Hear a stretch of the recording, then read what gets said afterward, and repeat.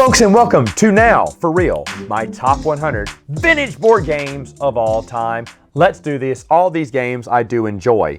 Number 100, which barely lost out to Captain Crunch, was one of my wife's games, Chipmunks Go to Hollywood. This is kind of Candyland. You're picking a card, moving that many spaces. Sometimes you get movie reels. You save those, so if someone lands on a movie reel or you land on a movie reel, you can play it and move up the reel, kind of like Chutes and Ladders, or move someone down on the movie reel. That's fun. There's a catch-up mechanism I love because you're trying to get gifts for Dave. You start off with a gift, and when you get to the gift shop, you get one turn to flip over one of the 6 other tiles to see if you can match up with your gift. If you don't, that's your turn.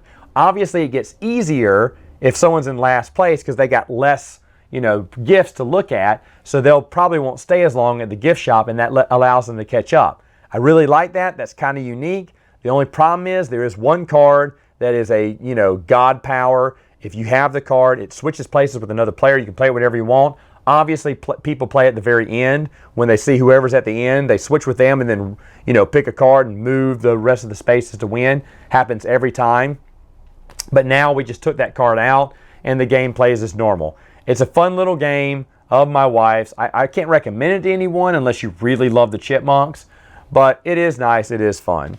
My number 99, shockingly, this is the first time it's ever been my top 100, but I've noticed it has a pretty neat theme, and I'll probably be playing a lot of it when my girls get older. It's Barbie Dream Date. Barbie Dream Date is a game that my wife used to play when she was a girl. We found it at a flea market. She bought it. We played it. I was like, okay. But as we keep playing it, it's neat because it has 2 spinners. So you can move around the board really fast, but if the spinners match up, the clock moves. So from noon to 6 p.m., you are Ken trying to get perfume, flowers, and candy for Barbie. And who knows how much time you have, because only when both the spinners land on the same number does the clock move. So it can be over really quick or maybe have a longer game. But those are points you can get at the very beginning. Either way, once the clock strikes 6, from 6 to 12, the last half of the game, you move around this huge board trying to land by exact count on certain picture spaces to have a date experience with Barbie. It's just a bunch of Barbie and Ken doll pictures set up. It's selling the toy, man. It's selling the toy. All the little play sets you can have with Barbie and Ken, they have for sale there. It's kind of ingenious when I think about it. My little girls love Barbie dolls. They love Barbie dolls. Barbie dolls are their favorite thing to play with. So I'm almost positive I'll be playing this game a lot with them. I don't really mind that because, like I said, it is thematic. You're trying to go on as many dates as you can to get as many points at the end. And the double spinners is kind of cool because you're not stuck with a 1. The lowest you're going to move is 2 spaces. So you don't feel like you're getting cheated out of a move when you roll or spin low. I don't know. It's a lot of fun. You get to choose, I think, between the 2 spinners too, I think is what it is. So you have a better shot at landing by exact count on some of those spaces.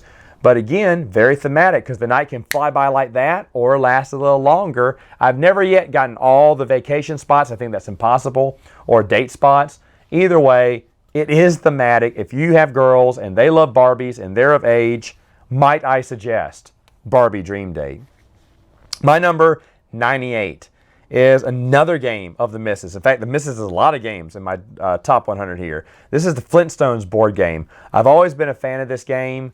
It's basically roll and move, but the thing is, you get to guess. It's a 6-sided die that only has 3 choices, 1, 2, or 3 on it.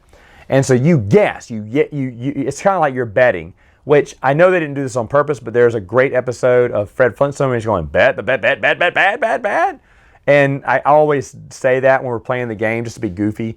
You're trying to get 5 clams and find Dino. And I swear, every time we play this game, Dino is like the last tile we flip over. You have to land on the house, flip over the tile.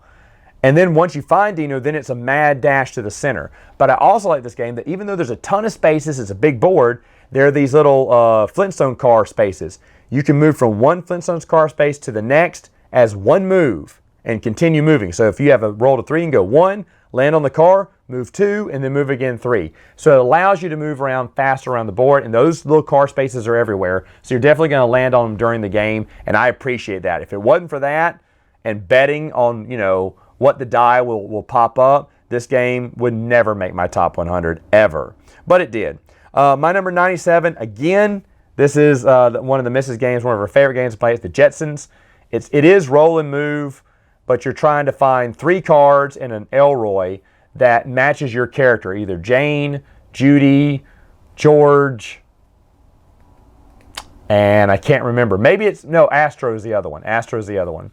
And so you're moving around the board, rolling and moving, landing on multiple spaces to check the top deck of the card, get your Elroy, or try to get all 3 of your puzzle pieces. There's 4 different areas, and then there's a Rosie card, and here's what we did. This is why it kind of moved into my, kind of slowly has been sneaking into my top 100 and staying on there. The Rosie card shuffles the entire deck and messes with everything. But it doesn't say to get rid of Rosie. But I'm telling you, after you've shuffled the deck and spread it out, redistributed the cards, throw Rosie out, and it's a decent game. I probably rank this a little higher than I should, but because my wife is such a big fan, I think this is one of the games we play around the holidays with the family, because her family loved the Jetsons too, and we all play this. I played this game with my mom before because my wife just loves it. She went, yeah, we'll play a game together. Matt, go get Jetsons. Okay, so it's one of her favorites, which is probably why it's staying on my list here. Number 96 is a game I own now, finally. It is Bulldog Dozer. I see it's dropped a little bit here, but that doesn't matter. Bulldog Dozer is just such a great game. You're basically this battery-operated bulldog who's in a bulldozer, and you pull on this little chimney stack, I think, and the dozer spins around, and you drop it, and whatever I-beams it pushes off the board, even if it's someone else's tower, you get those beams to build your tower. First person to build a 3-story tower puts their flag on it and wins. And this game is zany, crazy fun. Usually it always wins when someone bowls over someone else's tower. So whoever's last can easily win the game at the very end. I kind of like that. But this year when we played, no one knocked over anyone's tower. That's never happened before. And as an adult, we have another rule. You can't look on when you drop it. But someone won. I think I won, or I can't remember who won, but someone won by just slowly getting 1 or 2 I-beams pushed off the board, because there's I-beams all around the corners of the board. But someone won by slowly pushing off all the I-beams.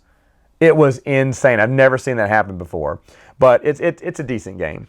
My number 95 is up a little bit here on the list here too, but it is Shark Attack. Shark Attack is roll and move, but the thing is you're rolling and trying to move and trying to get away from a shark who's moving around the board and chomping. He's moving very slow at first, but after a while, he is speeding around that board, it feels like, and everyone's screaming, picking up the die and rolling before he even lands on the table sometimes. I would say, stop, let it roll. Let's see the result first before you can roll the die, because no one wants to be eaten by this shark. It gets crazy, it gets loud, and it's fun. I just put new batteries in mine because we couldn't play it last year. But this year we played it, and my wife loves this game. She loves sharks and everything. My nephews love it. We all scream, have fun, and play, and that's all it is for. Now, why, if I have so much fun with this, why is it so low? Because there's another game that's just like this with a better theme and does it better, and it's way higher on my list. I can't wait to talk about that, but that's for another time. Let's move on to 94. 94 is a card game. Folks, I don't really like card games that much, but Donkey Kong, the card game, is worth it. You're playing cards from your hand, building up the tower, finally getting, when you get to the 3rd tier, that's when you lay Donkey Kong down, and you got to reach him by exact count. If you don't, and you hit a dead end or whatever, you go all the way to the bottom. That's aggravating, but I like it. You can play, you have to play a card every turn. It can be an I-beam, it can be a ladder, or it can be something to screw another player. Put a barrel down over one of the I-beams. Put a flame on one of the ladders. But then you can play an all-clear card. You can play a hammer card or a jump card over a barrel. Hammer is what you hammer out fire with, I guess. But either way, it is kind of neat. It is kind of fun. It feels a little bit like the game. And played within the right crowd, this would work really well. I remember when I first played this game, I played it from, I think it was Flip from Flip the Table podcast. And he just made it so much fun. It was like a top 10 game. I remember my vintage collection, when I first made my list, it was like number 10.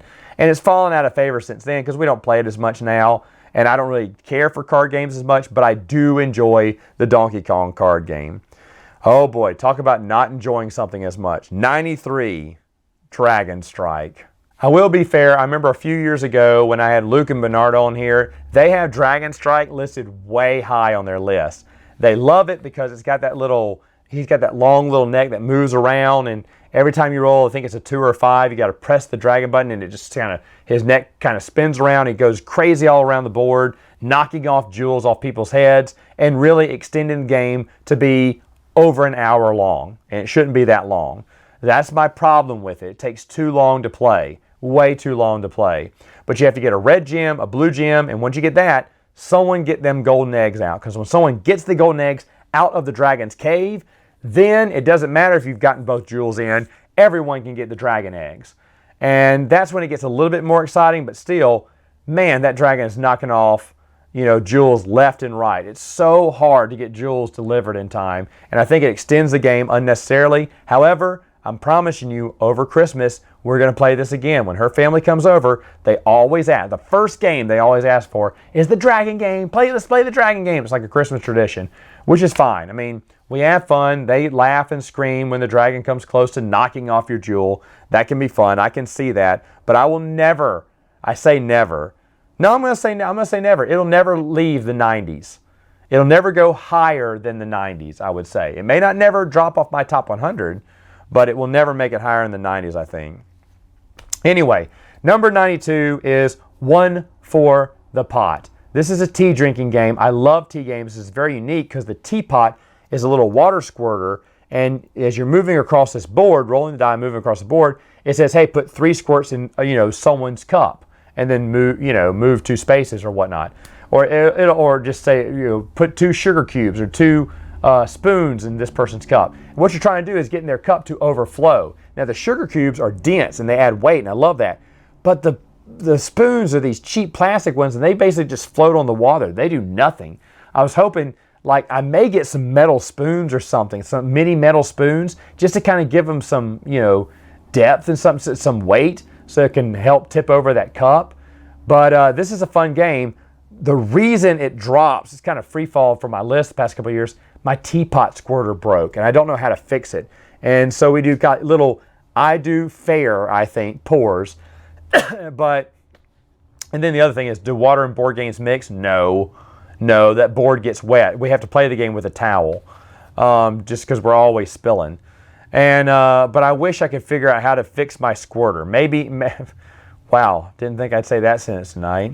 I don't know, maybe some doctor like Luke from Down from the Attic can call me and tell me how to fix it, because he's a whiz. But anyway, what is number 91? Well, that would be the game Polar Dare. Polar Dare is so simple. You just bring out the board. It's ready to play. It's got these icebergs floating on it. It's got a great looking polar bear, some great penguin game pieces, and basically you're trying to get your 3 penguins across the icebergs and onto the other glacier without the polar bear landing on your iceberg. Because if he does, he sends all your penguins back to the start. So the point of the game is to kind of maneuver and share icebergs with other players. That way, they won't move the polar bear on you. It is mainly luck, though. It's luck of the roll, and it's fun for what it's worth. It's easy setup. Like I said, you just bring it out and you can instantly play it. So I like it for that reason.